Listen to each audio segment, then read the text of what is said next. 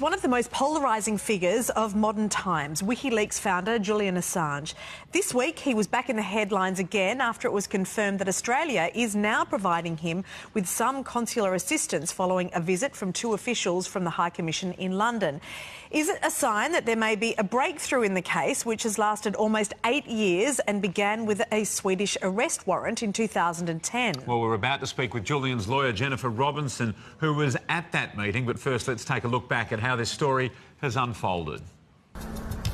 This is the Ecuadorian Embassy in London, which has been Julian Assange's home since 2012.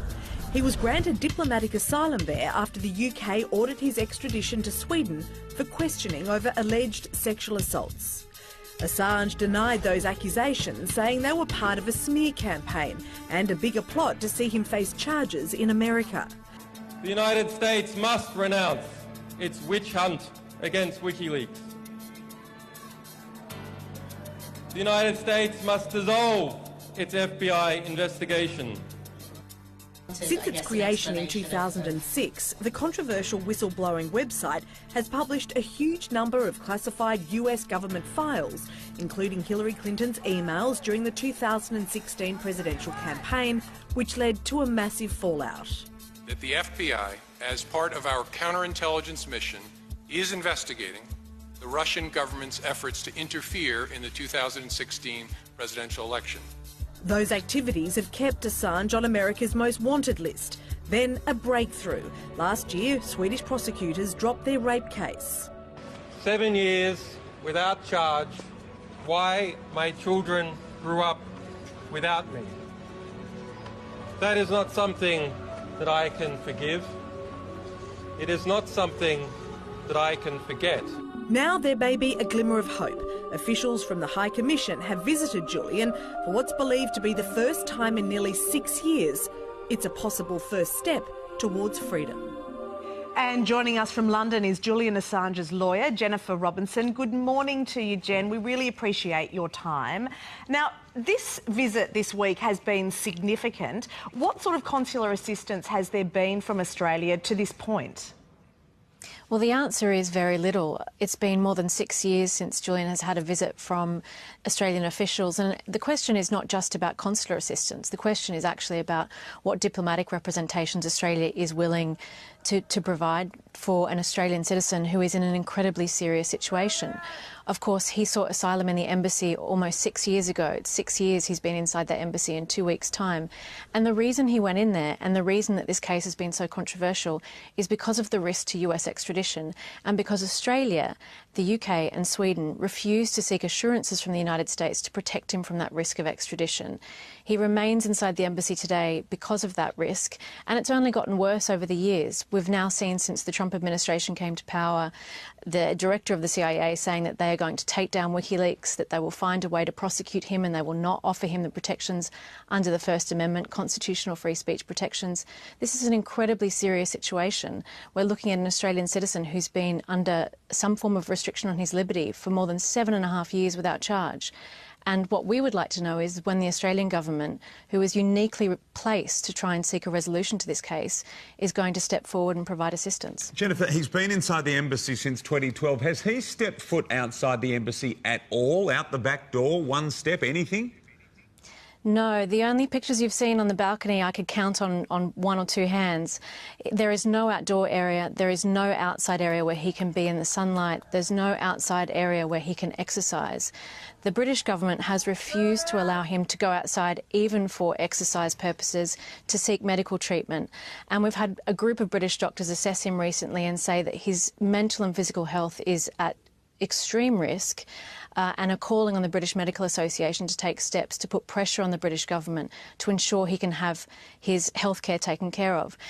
It's hard, I think, for anyone to imagine what it can be like, but he has been effectively in a ground floor flat with no outside access for 6 years.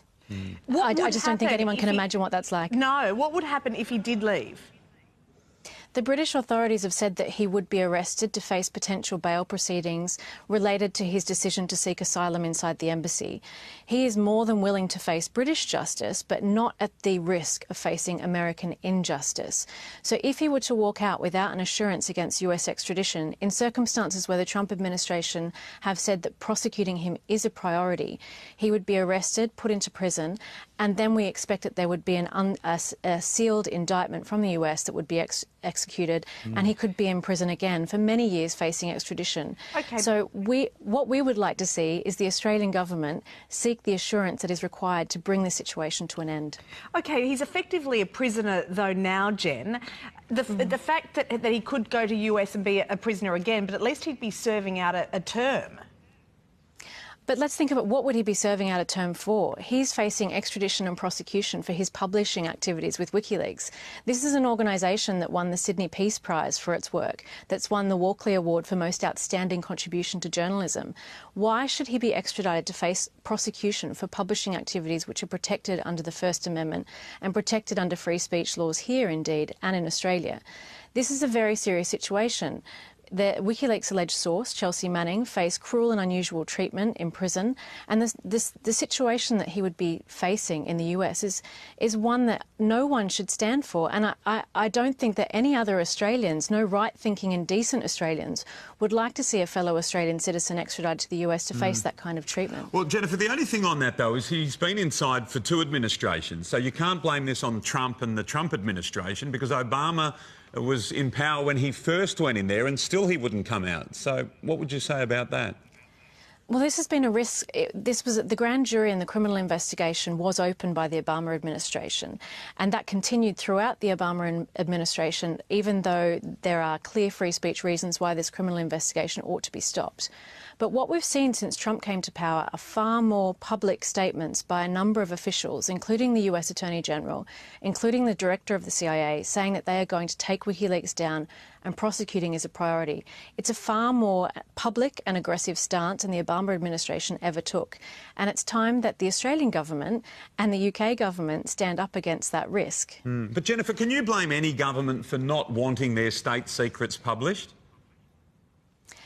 Of course, there are circumstances in which secrecy for governments are important, but WikiLeaks publications have been incredibly important in revealing what journalists the world over, and including in the numerous awards they've won, for demonstrating human rights abuse, corruption, and corruption in diplomatic relationships around the world. These are incredibly important disclosures, and I think that they've been recognised in the awards that they've won. I think it's a great public service and one that many around the world have recognised. So should a publisher who has been responsible for providing this information that's been used in human rights cases around the world, that's admissible as evidence before the courts here in Britain and elsewhere, should that person face prosecution for having provided us the benefit of that material? And the answer is, of course not.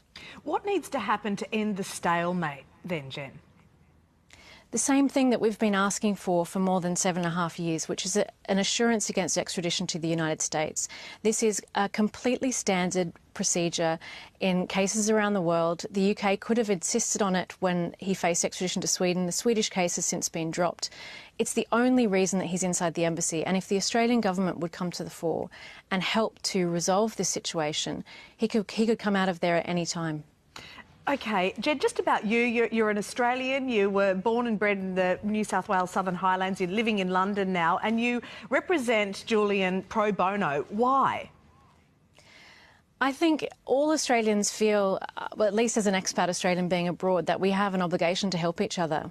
And in circumstances certainly where there's a fellow Australian who's in incredibly difficult circumstances, cut off from his family, far away from home, our own government not doing anything to help him, in circumstances where he's taken incredibly principled decisions to provide a public service to us in terms of the information that we need to better understand the way that governments act and behave, to document human rights abuse. How can we not help him? How could you let an Australian be in this awful situation and not do something about it?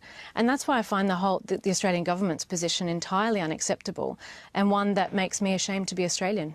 Jennifer, thanks for your time this morning. We wish you all the best. Yes, indeed. Thanks, Jen. Thank you.